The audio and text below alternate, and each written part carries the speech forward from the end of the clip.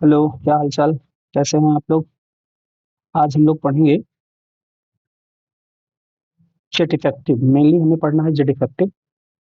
और उसके पहले थोड़ा सा हमें इलेक्ट्रॉनिक कॉन्फ़िगरेशन देखना होगा, क्योंकि इलेक्ट्रॉनिक कॉन्फ़िगरेशन हम लोग कुछ कॉन्फ़िगरेशन करके हम लोग सीखेंगे कैसे इलेक्ट्रॉनिक कॉन्फ़िगरेशन होता है, ठीक है? तो इसमें सबसे पहले अगर हम देखें, तो हमारे पास जो है, वो हमारे पास आपको मिलेगा कि एनर्जी सीक्वेंस मीन हमें कैसे भरना है इलेक्ट्रॉन को, इस बात को सीखना है, ठीक? तो हम इसमें क्या करेंगे एनर्जी सीक्वेंस में, कि सबसे पहले हम देखेंगे जो पीरियड होता है हमारा, ये हम शॉर्ट में लिख रहे हैं पीरियड। ये पीरियड है, ठीक है? तो ये पीरियड नंबर 1 है। अगर इस पीरियड नंबर 1 में बात करोगे आप, तो पीरियड नंबर 1 में आपका एस सबसे लाएगा। क्या आएगा? एस सबसे लाएगा। पीरियड नंबर 2 में आपका एस पी आ जाएगा।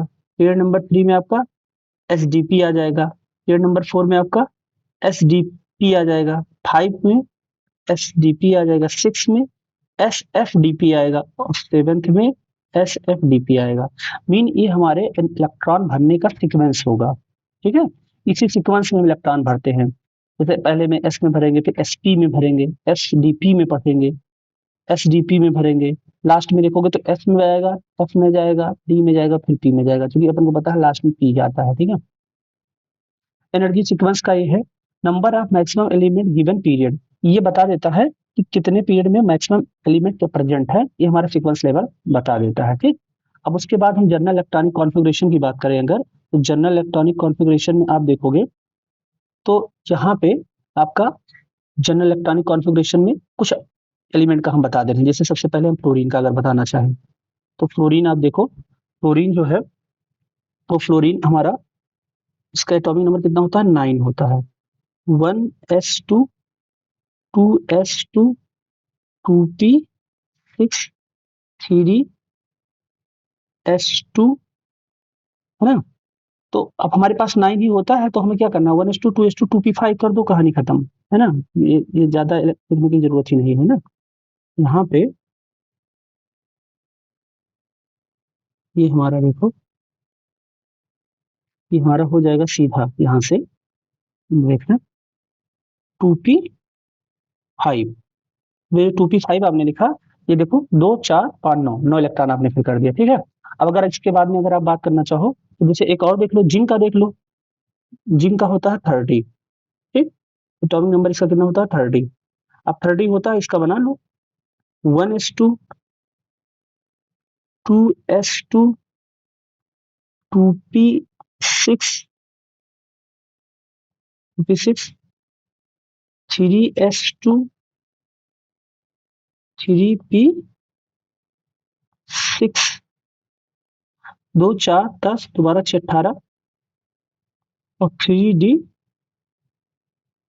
1s2 2s2 2p6 3s2 3p6 4s2 3d 10, ऐसे आपको भरना है। 1s2 2s2 2p6 3s2 3p6 4s2 3d 10। कोई और ले लो, जैसे आयरन का आप लेना चाहते हो, आयरन का देख लो। आयरन का एटॉमिक नंबर 26 होता है, ठीक है? इसका बनाओगे सेम कहानी, 1s2 2s2 2p6 3s2, है ना? 3p6 4s2 3d 6, खत्म। 2 4 10, दोबारा 6 18, 2 20 6 26। तो किसी भी एलिमेंट का आप आराम से निकाल सकते हो। जैसे इधर पी ब्लॉक में कोई लेना चाहो, जैसे आप नाइट्रोजन का ले लो, तो नाइट्रोजन का 7 होता है, ठीक? अब 7 का कुछ नहीं करना, 1s2 2s2 2p3, ऐसे एटॉमिक नंबर का कॉन्फ़िगरेशन आपको इलेक्ट्रॉनिक करना है। ऑलमोस्ट हर ब्लॉक में आपको अलग-अलग बताया जाएगा कैसे निकालना है। अभी जर्नल चल रहा है, तो आप जर्नल देख लो। आपको जिंक वाला अगर याद है, तो आप वहाँ से लगभग पीरियोडिक टेबल में जितने भी आपके हैं एलिमेंट, वो आप बना ले जाओगे, ठीक है? उसमें दिक्कत होने वाली नहीं है, ठीक? अच्छा, अब अगर हम बात करें इसके आगे, तो इसके आगे हम अगर बात करें, ऐसे सबको आपको बारी-बारी से निकालना है, ठीक है? अब यहाँ से हम हमारा ये कॉन्सेप्ट जो है क्लियर होता है। ऐसे आपको निकालना है, ऐसे आप करते जाओगे, आपको मिलता जाएगा। आप क्या करो, अभी के लिए इतना तैयार कर लो। जैसे ऑक्सीजन का निकालना थोड़ी देर के लिए, ऑक्सीजन। तो ऑक्सीजन का अगर आपको निकालने को मैं बोलूँ, तो कुछ करना नहीं है, सिर्फ वही काम जो मैंने बताया। ये ऑक्सीजन है, ऑक्सीजन का ऐसे लो, दिखा रहा हूँ मैं, एक और निकाल दे रहा हूँ। ऑक्सीजन है, ऑक्सीजन का 8 होता है एटॉमिक नंबर, आप सीधा लिख लो 1s2 2s2 2p4 कर लो, कहानी खत्म। यही करना है आपको, बार बार यही चीज करना है आपको, है ना। तो इसमें टाइम ज्यादा हम लोग नहीं लेते हैं, हम सीधा जाते हैं। हमारा जो मेन टॉपिक है क्या, जेड इफेक्टिव। इसको इसलिए मैंने बता दिया जिससे आपको अभी आयोनाइजेशन एनर्जी आएगा, इलेक्ट्रॉन एफिनिटी आएगा, तो वहां इलेक्ट्रॉनिक कॉन्फ़िगरेशन का नोन होना जरूरी है ना। इसलिए अपन ऐसा करें हैं, ठीक। अब हमारा जो मेन टॉपिक है वो पीरियोडिक टेबल का कॉन्सेप्ट चलेगा। पहले हम सीखेंगे जेड इफेक्टिव, ठीक। और जेड इफेक्टिव जो होता है हमारा, तो जेड इफेक्टिव ऐसा है कि जेड इफेक्टिव का डायरेक्ट क्वेश्चन कोई नहीं आएगा अपने मतलब टॉपिक में। ऐसा कुछ नहीं कि डायरेक्ट क्वेश्चन जेड इफेक्टिव का बन के आए, डायरेक्ट क्वेश्चन में करने को मिले ना। जेड इफेक्टिव का एप्लीकेशन हमारे लिए इंपॉर्टेंट है। क्यों? क्योंकि जब हमें जेड इफेक्टिव आएगा तो हम क्या करेंगे कि जेड इफेक्टिव से हम साइज का ऑर्डर देख लेंगे, जेड इफेक्टिव से हम आयोनाइजेशन एनर्जी का पता कर लेंगे, जेड इफेक्टिव से हम इलेक्ट्रॉन एफिनिटी देख लेंगे। तो जेड इफेक्टिव हमारे लिए बड़ा इंपॉर्टेंट होता है। जेड इफेक्टिव का डायरेक्ट क्वेश्चन नहीं आता है, बट जेड इफेक्टिव का जो एप्लीकेशन है वो हमें बड़ा यूज आने वाला है। तो सबसे पहले हम जेड इफेक्टिव के बारे में सोचते हैं, ठीक। अच्छा, जेड इफेक्टिव होता क्या है? तो डिफिनेशन जो जेड इफेक्टिव का मेरा बोल रहा है, वो डिफिनेशन मेरा कह रहा है मालिक, डिफिनेशन अगर आप देखोगे तो इधर डिफिनेशन लिखा हुआ है कि the net attraction force nuclear on outer most electron, यानी न्यूक्लियस ने आउटर मोस्ट इलेक्ट्रॉन पे कितना अट्रैक्टिव फोर्स नेट लगाया। नेट अट्रैक्टिव फोर्स इसलिए बोला गया, अभी आप देखोगे कि इलेक्ट्रॉन और इलेक्ट्रॉन के बीच में रिपल्सिव फोर्स भी लग रहा है, और इलेक्ट्रॉन और न्यूक्लियस के बीच में अट्रैक्टिव फोर्स लग रहा है। तो रिपल्सिव फोर्स जो लगेगा उसको माइनस करके जो अट्रैक्टिव फोर्स होगा वही नेट जेड इफेक्टिव होगा। इसलिए अपन बोले कि net attractive force nucleus and outermost electron, यानी न्यूक्लियस के द्वारा बाहरी इलेक्ट्रॉन पे कितना नेट फोर्स लगा है वही मेरा जेड इफेक्टिव हो जाएगा, ठीक। जैसे मैं समझाने के लिए अगर अब बात करूं तो देख लो आप, जैसे मान लो कि ये मेरा न्यूक्लियस है, ठीक। अब इस न्यूक्लियस में मान लो कि ये मेरा ऑर्बिट है, ऑर्बिट 1 हो गया, ऑर्बिट 2 हो गया, ऑर्बिट 3 हो गया, ऐसे इनफाइनाइट तक ऑर्बिट जाता है, ठीक। अब मान लो मेरा ये इलेक्ट्रॉन है मालिक, बाहर वाला ये इलेक्ट्रॉन है, तो कोई जरूरी नहीं यहाँ भी इलेक्ट्रॉन होंगे, यहाँ भी इलेक्ट्रॉन होंगे, यहाँ भी इलेक्ट्रॉन होंगे, है ना। यहाँ अंदर भी इलेक्ट्रॉन होगा, इधर भी कहीं इलेक्ट्रॉन होगा, यहाँ भी कहीं इलेक्ट्रॉन होगा, ये इलेक्ट्रॉन होगा, मान लो यहाँ इलेक्ट्रॉन है ना। तो ये जितने इलेक्ट्रॉन हैं आपके, इस वाले इलेक्ट्रॉन पे, इस वाले इलेक्ट्रॉन पे, ये जो यहाँ से यहाँ तक है, इस पे कितना नेट लगा उसकी बात करेगा। ये नेट की बात हो रहा है, ये जो नेट लग रहा है ये न्यूक्लियस द्वारा बाहरी ऑर्बिटल पे, यही हमारा क्या कहलाता है, जेड इफेक्टिव कह रहा है। अब आप ध्यान से देखो यहाँ पे एक बात, तो आपको पता चल जाएगा कि ये इलेक्ट्रॉन इस इलेक्ट्रॉन पे भी फोर्स लगा रहा होगा, ये ये इलेक्ट्रॉन इस पे भी फोर्स लगा रहा होगा, तो ये इनके ऊपर रिपल्सिव लगा रहे होंगे, क्योंकि ये इलेक्ट्रॉन नेगेटिव चार्ज, ये नेगेटिव चार्ज रिपल्सन, ये नेगेटिव चार्ज, ये नेगेटिव चार्ज रिपल्सन, तो ये रिपल्सिव फोर्स क्या करेंगे, इनको बाहर भेजेंगे और न्यूक्लियस अपनी साइड खींचेगा। तो होगा क्या कि इन दोनों का जो सम, जो हम रिपल्सन को अट्रैक्शन में जितना टोटल अट्रैक्शन हो रहा है उसमें जो रिपल्सन फोर्स होगा उसको माइनस करेंगे, तो हमारा जेड इफेक्टिव आएगा। क्यों? क्योंकि न्यूक्लियस जो है बाहर वाले इलेक्ट्रॉन को अपनी साइड खींचना चाह रहा है, लेकिन जो अंदर के इलेक्ट्रॉन है वो बाहर वाले इलेक्ट्रॉन को रिपल्सन फील करा रहे हैं, कह रहे हैं तुम अंदर इलेक्ट्रॉन के मतलब न्यूक्लियस के पास मत आओ, मुझे रहने दो, ऐसा कुछ बोल रहे हैं। तो होता क्या है कि बाहर वाले इलेक्ट्रॉन न्यूक्लियस के द्वारा द्वारा खींचे जा रहे हैं, और जो अंदर का इलेक्ट्रॉन है वो बाहर वाले इलेक्ट्रॉन पे रिपल्सन फोर्स लगा रहा है। तो टोटल जो होगा हमारा, वो न्यूक्लियस 100% फोर्स नहीं लगा पाएगा, क्योंकि न्यूक्लियस अगर 100% लगाना चाहेगा तो मान लो 5% ये वाला इलेक्ट्रॉन यहाँ से लगा रहा है रिपल्सन, 5 यहाँ से 10 तो रिपल्सन कर रहे हैं, तो 90 का अट्रैक्शन हुआ। तो जो नेट 90 का अट्रैक्शन हुआ वही हमारा क्या कहलाएगा, ये जो फोर्स है इसको अगर आप ध्यान से देखो तो मैं लिख दे रहा हूं, ये आपका है रिपल्सन, ये है आपका अट्रैक्शन, ठीक। ये अट्रैक्शन फोर्स है, ये अट्रैक्शन फोर्स है, और ये भी रिपल्सन फोर्स है। तो आप ध्यान से देखो कि क्या हो रहा है, यहाँ पे ये चीज देखो, ये यहाँ पे हमारा ये अट्रैक्शन है, ये हमारा अट्रैक्शन फोर्स है, ये हमारा अट्रैक्शन है, तो ये अट्रैक्शन फोर्स और ये दोनों रिपल्शन फोर्स, दोनों को करके तब हमारा नेट जेट इफेक्टिव आता है। ठीक, अच्छा, तो यहाँ से हमारा जेड इफेक्टिव का ये हो गया। अब जेड इफेक्टिव अगर आपसे कोई पूछे तो आप सीधा कहोगे कि जेड इफेक्टिव जो होता है वो साहब इलेक्ट्रॉन पे जो नेट अट्रैक्शन फोर्स होता है न्यूक्लियस के द्वारा लगाया गया बाहरी इलेक्ट्रॉन पे, वो हमारा क्या होता है, जेड इफेक्टिव होता है। तो जेड इफेक्टिव क्या है कि आउटर मोस्ट इलेक्ट्रॉन पे न्यूक्लियस के द्वारा नेट अट्रैक्टिव फोर्स क्या कहलाता है, जेड इफेक्टिव कहलाता है।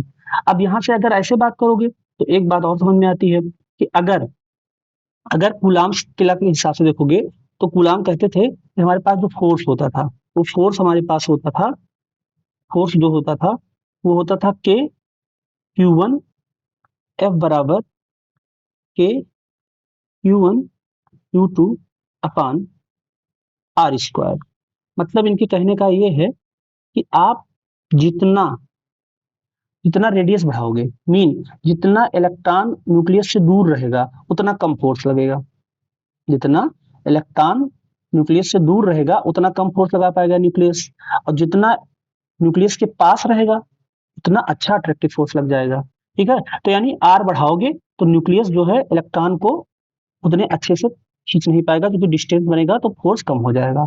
और अगर आप फोर्स को ज्यादा रखना चाहते हो सर डिस्टेंस को कम कर दो। इसके मतलब एक बात समझ में आया कि जो ऑर्बिट न्यूक्लियस के करीब में है उस पे फोर्स ऑफ अट्रैक्शन ज्यादा लग रहा है, उस पे जेड इफेक्टिव ज्यादा हो रहा है। ठीक है, जैसे मान लो थोड़ी देर के लिए ये साहब ये हमारा न्यूक्लियस है, ये हमारा फर्स्ट ऑर्बिट हो गया, ये हमारा मान लो सेकंड ऑर्बिट हो गया, ये सेकंड ऑर्बिट हो गया, ऐसे मान लो ये थर्ड ऑर्बिट हो गया।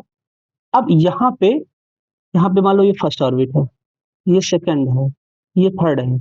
यहाँ पे जो इलेक्ट्रॉन है इन पे जो फोर्स लगेगा वो ज्यादा लगेगा एज कंपेयर टू दिस, क्योंकि जैसे जैसे आप क्या बढ़ाओगे, जैसे जैसे आप बढ़ाओगे रेडियस मतलब दूरी, वैसे वैसे क्या होगा कि फोर्स कम हो जाएगा। और दूसरा कारण ये भी है कि आप जैसे जैसे रेडियस बढ़ा रहे हो, नंबर ऑफ ऑर्बिट बढ़ रहे हैं, तो अंदर इलेक्ट्रॉन भी बढ़ रहे हैं, और अंदर इलेक्ट्रॉन बढ़ेंगे तो ये इलेक्ट्रॉन इनके ऊपर रिपल्सन, ये इलेक्ट्रॉन इनके ऊपर रिपल्सन, और साथ में दूरी भी, तो दो दो फैक्टर काम करने लगते हैं। इसलिए जो दूर ज्यादा होगा उस पर फोर्स कम लगेगा न्यूक्लियस का। ठीक, तो इतनी कहानी हमारे समझ से समझ गए होगे। ठीक, अब उसके आगे हम बात करें अगर, तो आता है एक्सप्लेनेशन के बारे में थोड़ा सा, तो देख लो एक्सप्लेनेशन, देख लो क्या कह रहा है।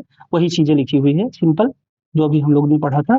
क्या, दियर is attraction force between nucleus and outermost electron, यानी आउटर मोस्ट इलेक्ट्रॉन पे जो अट्रैक्शन फोर्स है न्यूक्लियस के द्वारा लगाया गया वही हमारा क्या कहलाता है, जेड इफेक्टिव कहलाता है। ठीक है, अच्छा, उसके बाद में अगर आप बात करोगे तो उसके बाद में अगर आप देखोगे तो बस वही वही बातें बार बार लिखी हुई हैं। अब देख लो, there is repulsion force between, there is, ये बात आप थोड़ा सा याद करो जो भी मैं थ्योरी में बोल रहा था, कह रहा है there is repulsion force between inner electrons and outermost electron, यानी एक ही फोर्स नहीं खाली अट्रैक्शन फोर्स हो, रिपल्सन फोर्स भी है, रिपल्सन फोर्स भी है। मतलब जो अंदर वाले इलेक्ट्रॉन हैं वो बाहर वाले इलेक्ट्रॉन पे जो रिपल्सन फोर्स लगा रहे हैं वो भी क्या है, एक टाइप का फोर्स है, और वो क्या कर रहा है, न्यूक्लियस से मिलने नहीं दे रहा है बाहरी वाले इलेक्ट्रॉन को, यानी वो अट्रैक्शन को कम कर दे रहा है, रिपल्सन है ना। लेकिन show net force is calculated between the nucleus and outermost electron, इसीलिए हम नेट फोर्स हमेशा निकालते हैं, जो रिपल्सन फोर्स होता है उसको माइनस करके फिर बता देते हैं कि शायद इतना है। मान लो 100 का अट्रैक्शन लगना चाहिए, बट अंदर इलेक्ट्रॉन क्लाउड ज्यादा है, वो बाहर वाले को रिपल कर रहे हैं। अब मान लो 20 का रिपल्सन फोर्स लग गया तो नेट अट्रैक्शन कितना बचा, 80 का, तो 80 का ही हम बताएंगे कि यहाँ जेड इफेक्टिव है ना। This net force is called Z effective, यही जो नेट फोर्स होता है इसी को हम क्या बोलते हैं, जेड इफेक्टिव बोलते हैं। ठीक, तो सिंपल बात है, इसमें कुछ कहने वाली बात नहीं है कि साहब न्यूक्लियस बाहरी इलेक्ट्रॉन है, बाहरी वाले इलेक्ट्रॉन जो होते हैं वो न्यूक्लियस के द्वारा अंदर खींचे जाते हैं, लेकिन जो अंदर वाले इलेक्ट्रॉन है वो बाहर वाले इलेक्ट्रॉन पे रिपल्सन फोर्स लगाते हैं। तो टोटल अट्रैक्शन जो होता है उसमें से जो रिपल्सन फोर्स होता है उसको हम माइनस कर देंगे तो हमारा जेड इफेक्टिव आ जाएगा। बस इतनी बात याद करनी है आपको। ठीक है, तो जेड इफेक्टिव बस इतना ही याद कर लोगे तो काम बन जाएगा आपका। ठीक है, उसके बाद में अगर हम बात करें तो यहाँ पे कुछ हमारा वही चीज लिखा हुआ है, आप देख लो ध्यान से, वही बातें लिखी हुई है कि नेट फोर्स बराबर क्या होता है साहब, सारी बातें वही है जो अभी मैंने बोला आपको कि साहब जब नेट फोर्स की आप बात कर रहे हो तो देखो नेट फोर्स लिखा है, net force attraction force minus repulsion force, देखो ये फार्मूला जो मैंने बताया आपको वही चीजें लिखी हुई है। ये देखो नेट फोर्स नेट फोर्स, ये चीजें, ये चीजें, नेट फोर्स बराबर attraction force minus repulsion force, क्या हो जाएगा, जेड इफेक्टिव हो जाएगा। ठीक है, फिर कह रहा है कंपेरिजन ऑफ जेड इफेक्टिव। तो जो कंपेरिजन ऑफ जेड इफेक्टिव है, ये प्रिंसिपल क्वांटम नंबर पे डिपेंड करता है। ठीक है, प्रिंसिपल क्वांटम नंबर पे डिपेंड करता है। जैसे आप देखना, आपको यहाँ पे देखोगे तो ये जो साइन होगा साहब, ये साइन, ये प्रोपोर्शनल का साइन होगा। कैसा, प्रोपोर्शनल का साइन, यहाँ मैं लिख दे रहा हूँ, Z effective inversely proportional to n, ये आपका फार्मूला होगा। ठीक है, ये फार्मूला आपका सही है। ठीक, ये फार्मूला, ठीक, इसको आप मत याद करना, बराबर नहीं होता, प्रोपोर्शनलिटी का ऑर्डर होता है। ठीक है, ये प्रोपोर्शनलिटी का ऑर्डर है। वहां से अगर हम देखें, ठीक है, ये सही है, Z effective inversely proportional to n. अगर आप नंबर ऑफ ऑर्बिट बढ़ाते चले जाओगे, जेड इफेक्टिव कम होता चला जाएगा। ठीक है, अगर बहुत बड़ा ऑर्बिट ले लिए तो फिर न्यूक्लियस के द्वारा जो फोर्स है वो बाहर वाले इलेक्ट्रॉन पे बिल्कुल निग्लिजिबल लगेगा। इसलिए जैसे जैसे आप नंबर ऑफ ऑर्बिट को बढ़ाते जा रहे हो, वैसे वैसे जेड इफेक्टिव कम होता चला जाएगा। ठीक है, अब आप सोच लो, जो पहले पीरियड का जेड इफेक्टिव होगा, जब 7वीं पीरियड में जाओगे तो जेड इफेक्टिव बिल्कुल कम हो जाता है, बिल्कुल निग्लिजिबल समझो, है ना। अच्छा, सब सेल हमारे पास जानते हो ये होते हैं कौन से, एस पी डी एफ, ये हमारे सब सेल हैं। एटॉमिक स्ट्रक्चर एक चैप्टर होगा अपना, जिसमें इसी की बातें चलेगी, ऑर्बिटल, ऑर्बिट, सब सेल, क्वांटम नंबर, सारी बातें वही चलेंगी। ठीक है, कहाँ पे, एटॉमिक स्ट्रक्चर में, वो टॉपिक ही यही है।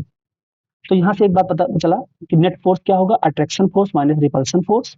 जब हम कंपेरिजन करेंगे जेड इफेक्टिव का, तो प्रिंसिपल क्वांटम नंबर के हिसाब से करेंगे। जेड इफेक्टिव अगर आप बढ़ाओगे तो एन को आपको कम करना पड़ेगा, मतलब नंबर ऑफ ऑर्बिट कम करना पड़ेगा। जैसे जो पहला ऑर्बिट होगा वहां जेड इफेक्टिव ज्यादा होगा, क्यों, क्योंकि न्यूक्लियस जो है इलेक्ट्रॉन के बहुत पास है, और तेजी से कीजिएगा जेड इफेक्टिव बढ़ जाएगा। फिर उसके बाद में अगर आप बात करो, तो यहाँ पे एक ये कॉन्सेप्ट आता है हमारे पास,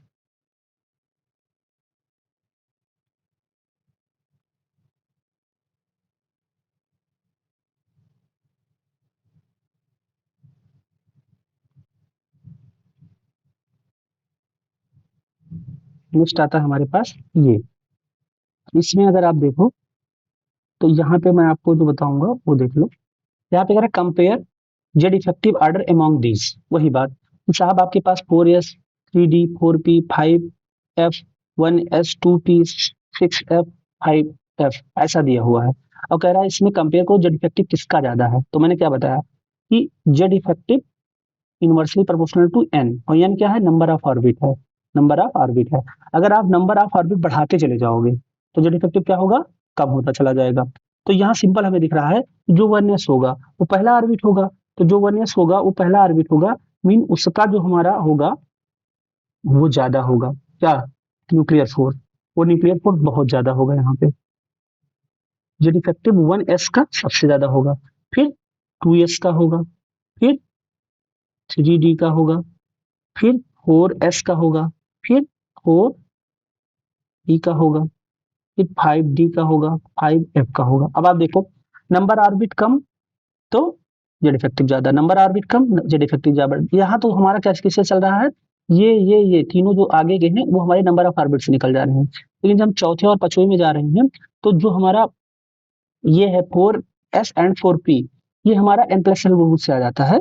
या आप ऐसे कह सकते हो कि जो s है उसका स्फेरिकल है, आराम से वो न्यूक्लियस अपने पास खींच लेता है, और यहाँ जो p है उसमें तीन तीन ऑर्बिटल हैं, तो उसमें क्या होता है कि इलेक्ट्रॉन का क्लाउड ज्यादा हो जाता है, जिसके कारण थोड़ा फोर्स ऑफ अट्रैक्शन कम हो जाता है। और यहाँ पे क्या है, सबसे लास्ट में 6 ऑर्बिट आता है, सबसे दूर चला जाता है, तो वहां पे न्यूक्लियस का फोर्स ऑफ अट्रैक्शन बहुत कम हो जाता है। ठीक है, तो इससे आप तैयार कर लो। ठीक, बाकी n प्लस एल रूल जो है एटॉमिक स्ट्रक्चर में पूरा डिटेल एक टॉपिक उसका होता है, तो वहां पे अपन लोग क्लियर कर लेंगे। ठीक है, अच्छा साहब, इसके बाद में अगर हम बात करें तो हमारे पास आता है ये trend of Z effective in periodic table. Periodic table में ट्रेंड क्या है जेड इफेक्टिव का, उसको हमें बताना है। तो अगर आप ट्रेंड देखोगे तो ट्रेंड में आप सिंपल देख लो कि जेड इफेक्टिव जो होता है हमारा, जेड इफेक्टिव पीरियड में, इन पीरियड में जेड इफेक्टिव इंक्रीज करता है। अगर आप लेफ्ट से राइट जा रहे हो, मतलब आप lithium, beryllium, boron, carbon, nitrogen, oxygen, fluorine, neon इस साइड में अगर जा रहे हो, मतलब लेफ्ट से राइट जा रहे हो, तो क्या होने वाला है, जेड इफेक्टिव आपका बढ़ेगा। जेड इफेक्टिव बढ़ने का मतलब क्या होता है कि साहब इफेक्टिव न्यूक्लियर चार्ज बढ़ेगा। बोले तो न्यूक्लियस इलेक्ट्रॉन को अपनी साइड खींच के लाएगा, अंदर खींचेगा जिसके कारण साइज बढ़े घटेगा, जिसके कारण साइज घटेगा। होता क्या है, हमें लगता है कि नंबर एटॉमिक नंबर बढ़ रहा है तो साइज बढ़ना चाहिए, लेकिन यही रीजन है, जेड इफेक्टिव वाला ही रीजन है जिसके कारण नाइट्रोजन का 7 होता है, ऑक्सीजन का 8 होता है, फ्लोरीन का 9 होता है। तो एटॉमिक नंबर बढ़ रहा है तो हमें लगता है साइज बढ़ेगा, लेकिन नहीं, वहां जेड इफेक्टिव जो होता है यानी इफेक्टिव न्यूक्लियर चार्ज जो होता है, जो इलेक्ट्रॉन को खींचा जा रहा है न्यूक्लियस के द्वारा तगड़े से, जिसके कारण साइज घटता है। अभी नेक्स्ट लेक्चर में आप यही देखोगे साइज के बारे में कि लेफ्ट से राइट जाने पे साइज हमारा क्या करेगा, डिक्रीज करेगा due to the Z effective. Z effective आप बढ़ाओगे साइज घट जाएगा। क्यों? क्योंकि जेड इफेक्टिव क्या करता है, इलेक्ट्रॉन को बाहरी वाले अंदर की तरफ तेजी से खींचता है, जिससे साइज घट जाता है। ठीक। और अगर आप ग्रुप की बात करोगे तो ग्रुप में जेड इफेक्टिव शुरुआत में तो डिक्रीज करेगा, हाइड्रोजन से लिथियम आओगे तो डिक्रीज करेगा बहुत, थोड़ा सा, जरा सा। उसके बाद में जेड इफेक्टिव ऑलमोस्ट कांस्टेंट हो जाता है। तो आप स्टेटमेंट देखना, अगर ऐसा आपको स्टेटमेंट दे रहा है कि top to bottom in group Z effective decreases then almost constant, तो बहुत अच्छी बात है। अगर ऐसा नहीं बोल रहा है, कह रहा है in group Z effective almost constant, ये भी सही बात है, इसलिए मैंने दोनों लिख दिया। अगर वो कह रहा है कि in group Z effective decreases then almost constant, तो सही बात है। अगर ये ना लिख के दे, खाली कहे Z effective in group almost constant, ये भी सही बात है। क्यों? क्योंकि हाइड्रोजन से लिथियम तक माइन्यूट डिक्रीज करता है, उसके बाद कांस्टेंट हो जाता है। बात क्लियर? तो इतनी बातें हैं, स्टेटमेंट के लिए मैं बता रहा हूँ ये क्वेश्चन, और कोई बात नहीं है ना। तो पीरियड में हमारा क्या करेगा, जेड इफेक्टिव इंक्रीज करेगा, और जब पीरियड में जेड इफेक्टिव इंक्रीज करता है जिसके कारण साइज हमारा घट जाता है। और ग्रुप में हमारा थोड़ा सा स्टार्टिंग में डिक्रीज करता है, उसके बाद ऑलमोस्ट कांस्टेंट हो जाता है। तो चाहे डायरेक्ट लिख के दे दे कि इन ग्रुप ऑलमोस्ट कांस्टेंट, तो भी सही मान लेना। अगर ऐसा करा in group first decreases then almost constant, तब भी बहुत अच्छा स्टेटमेंट है। ठीक। अब इसके बाद में अगर हम निकालना चाहें तो अब हमारे क्या मेंस तक नहीं पूछा जाता है ऐसा क्वेश्चन, लेकिन बस आपको फार्मूला बता दे रहे हैं कि जेड इफेक्टिव जो होता है, जेड इफेक्टिव बराबर होता है हमारा, जेड इफेक्टिव बराबर होता है हमारा,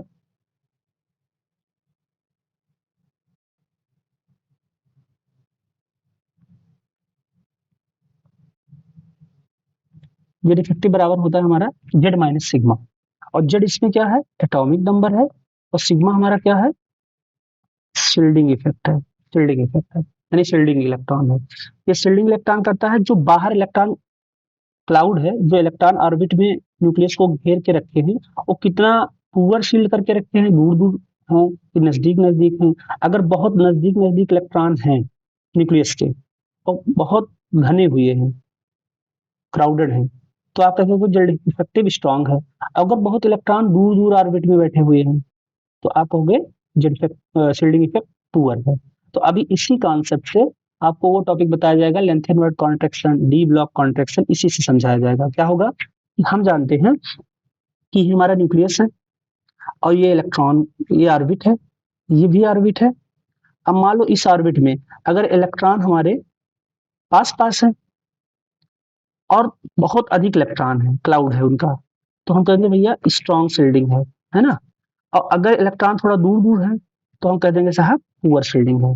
अगर पुअर शील्डिंग होगी तो न्यूक्लियस को टाइम मिल जाएगा बाहर वाले को देखने के लिए, तो साइज घटा देगा। अगर स्ट्रॉन्ग शील्डिंग होगी तो फिर अंदर वाले इलेक्ट्रॉन जो होंगे, वो बाहर वाले इलेक्ट्रॉन को देखने के लिए टाइम ही नहीं देगी न्यूक्लियस को, तो बाहर वाले इलेक्ट्रॉन बेले हो जाएंगे। जब बाहर वाले इलेक्ट्रॉन बेले हो जाएंगे तो क्या होगा, तो साहब ये होगा कि हमारा साइज बढ़ जाएगा। तो वो तो अभी बात आएगी जब हम साइज के बारे में बात करेंगे, तो डी ब्लॉक कॉन्ट्रैक्शन, लेंथेनवर्ड कॉन्ट्रैक्शन के बारे में अपन बात कर लेंगे। हमें तो एक सिंपल बात ये रखना है कि जो जेड इफेक्टिव होता है वो जेड माइनस सिग्मा होता है, जेड माइनस एस होता है। मतलब एटॉमिक नंबर पर से जो शील्डिंग इफेक्ट शील्ड है उसको घटा दोगे तो हमारा जेड इफेक्टिव आ जाएगा। और इसका कैलकुलेशन होता है, बट कैलकुलेशन अपने को पढ़ना नहीं है, अपने सिलेबस का पार्ट नहीं है, कैलकुलेशन बिल्कुल नहीं पढ़ना है। अपने को तो खाली एप्लीकेशन इसका पढ़ना है। क्या पढ़ना है? जेड इफेक्टिव बराबर जेड माइनस सिग्मा, और सिग्मा इसमें जो होता है शील्डिंग होता है। हाँ, एक बात याद रखना, अगर शील्डिंग स्ट्रांग होगी तो फिर हमारा जेड इफेक्टिव कम हो जाएगा जिससे साइज बढ़ जाएगा। अगर शिल्डिंग पुअर होगी तो जो डिफेक्टिव मेरा बढ़ जाएगा जिससे साइज घटेगा। अभी आगे बात आएगी, ठीक है। अब वही शिल्डिंग इफेक्ट के बारे में इतना बता दिए हैं। शिल्डिंग इफेक्ट के बारे में क्या बोले हैं? शिल्डिंग इफेक्ट के बारे में यही बताए हैं कि inner electron act as the shield between the nucleus and outermost electron. जो इनर इलेक्ट्रॉन है, यानी इसके कहने का मतलब आप देख लो, ये कहने का मतलब कि जैसे मान लो ये हमारा न्यूक्लियस है, ठीक, और ये हमारा इलेक्ट्रॉन ऑर्बिट है। अब यहाँ पे इलेक्ट्रॉन है, यहाँ पे इलेक्ट्रॉन है, ठीक, यहाँ पे भी इलेक्ट्रॉन है। अब ये इलेक्ट्रॉन कितने अच्छे से इस न्यूक्लियस से,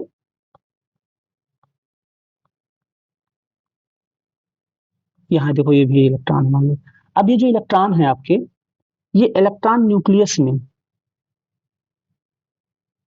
इलेक्ट्रॉन न्यूक्लियस के अंदर वाले इलेक्ट्रॉन जो हैं, ये कितने अच्छे से शील्ड किए हैं, इस न्यूक्लियस को कितने अच्छे से शील्ड किए हैं, वही मैटर रखता है। जितना अच्छा शील्ड होगा उतना बाहर वाले इलेक्ट्रॉन पे ये इन्फ्लुएंस नहीं कर पाएगा न्यूक्लियस, और जितना पुअर शील्डिंग होगा ये बाहर वाले इलेक्ट्रॉन को देख लेगा। तो inner electron act as a shield, यानी जो अंदर वाले इलेक्ट्रॉन इस न्यूक्लियस के हैं वो क्या करते हैं, शील्ड करते हैं न्यूक्लियस को।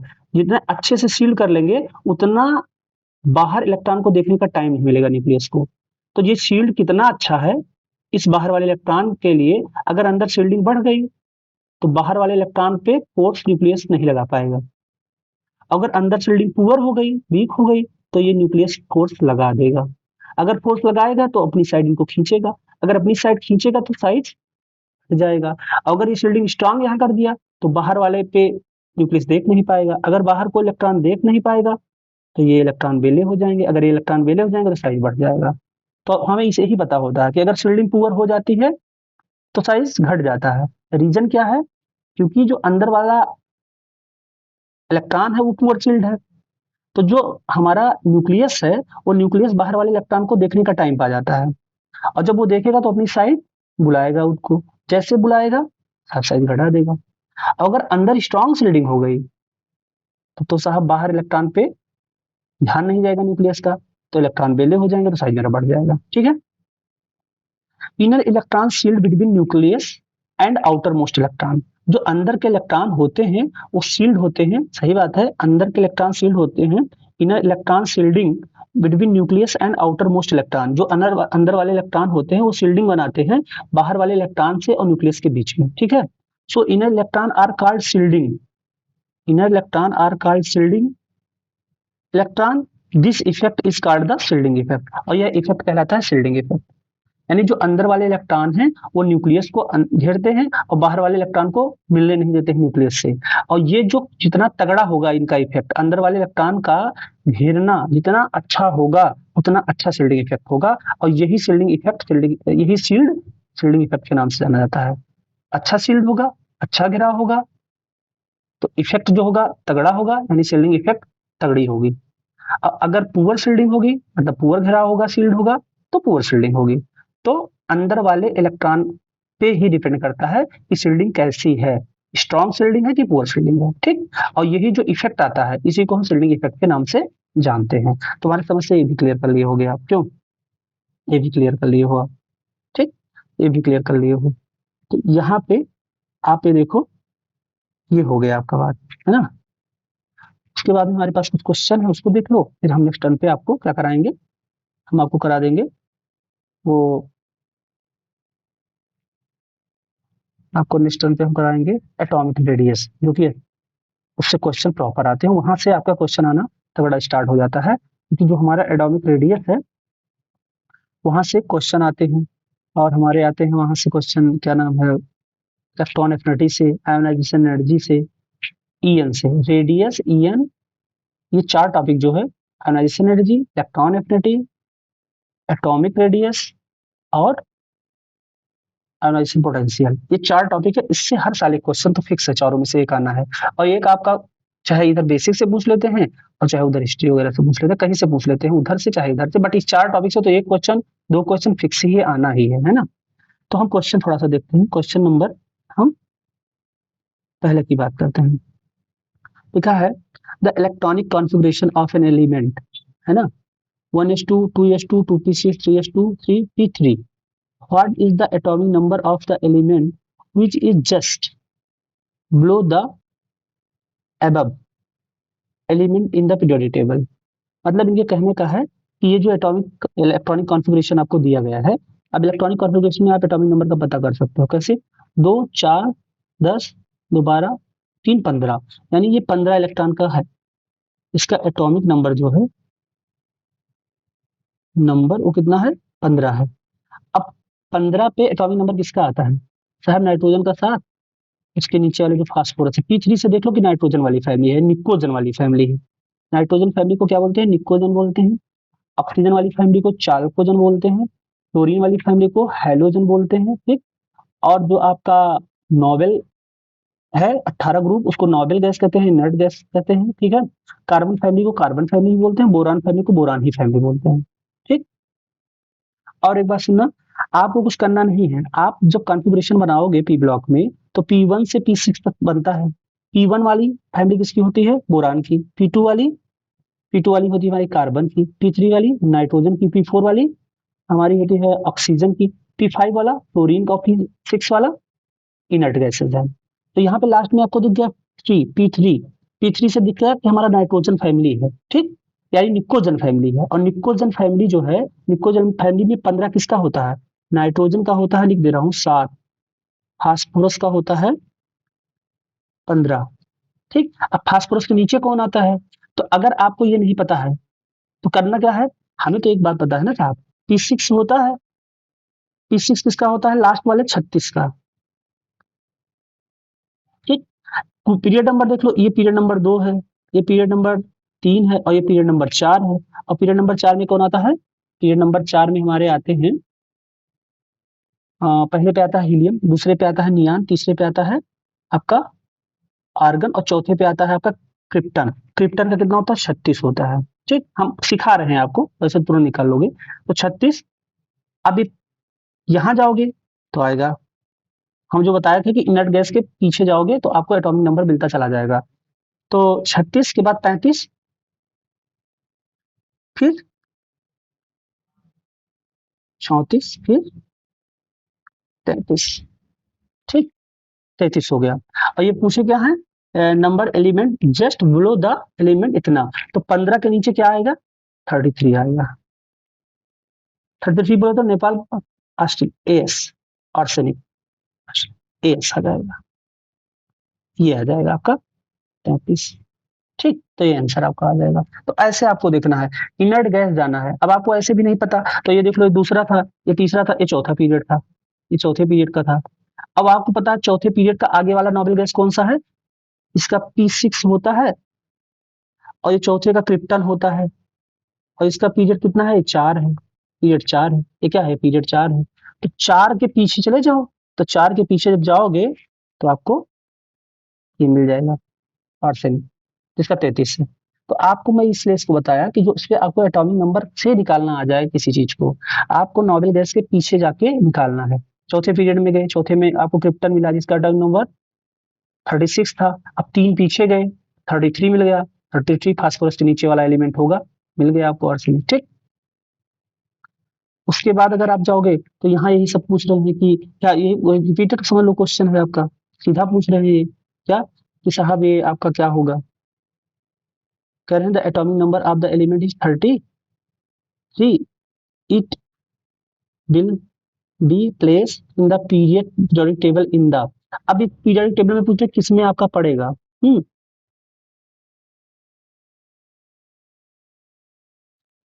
देखो ये क्वेश्चन अब ऐसा पूछा नहीं जाता अपने यहाँ, लेकिन अगर आपको जानना है, क्योंकि अब ये मॉडर्न पीरियडिक टेबल आ गया है, बहुत पुराना क्वेश्चन है, बहुत करने की जरूरत नहीं है इसको, ठीक है, क्योंकि अब अपने यहाँ सीधा पूछता है 1 2 3 वाला ग्रुप चलता है, 18 तक जाता है, ये ग्रुप पूछता है, 5th 6th 3rd 7th वाला कट गया है सिलेबस से, इसको अब याद करने की जरूरत नहीं है, करने की भी जरूरत नहीं है, क्योंकि अब आपसे ऐसा नहीं पूछा जाएगा। वैसे अगर आप देखोगे तो ये पुरानी पीरियडिक टेबल का है, कोई मतलब नहीं, लगा दी है, कोई मतलब नहीं है। फॉलोइंग मोर अनपेयर्ड इलेक्ट्रॉन, हाँ ये क्वेश्चन आपको थोड़ा काम से है, डी ब्लॉक का मिल जाएगा। ये कह रहे हैं कि which of the following has more unpaired electron, किसके पास ज्यादा अनपेयर्ड इलेक्ट्रॉन है, तो आपको क्या करना है, आपको सबका इलेक्ट्रॉनिक कॉन्फ़िगरेशन बनाना है, जो अभी तक आपने सीखा था इलेक्ट्रॉनिक कॉन्फ़िगरेशन। एक लास्ट क्वेश्चन है शायद, हाँ लास्ट ही क्वेश्चन है, तो इसको देख लो।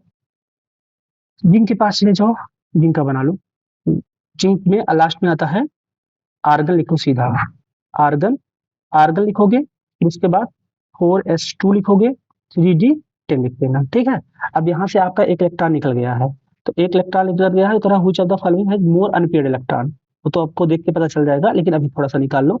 एक इलेक्ट्रॉन यहाँ निकाल दोगे तो 4s1 बन जाएगा, और यहाँ पे 3d10 ही रहेगा। यहाँ से कोई मतलब नहीं, एक अनपेयर्ड इलेक्ट्रॉन कोई मतलब नहीं।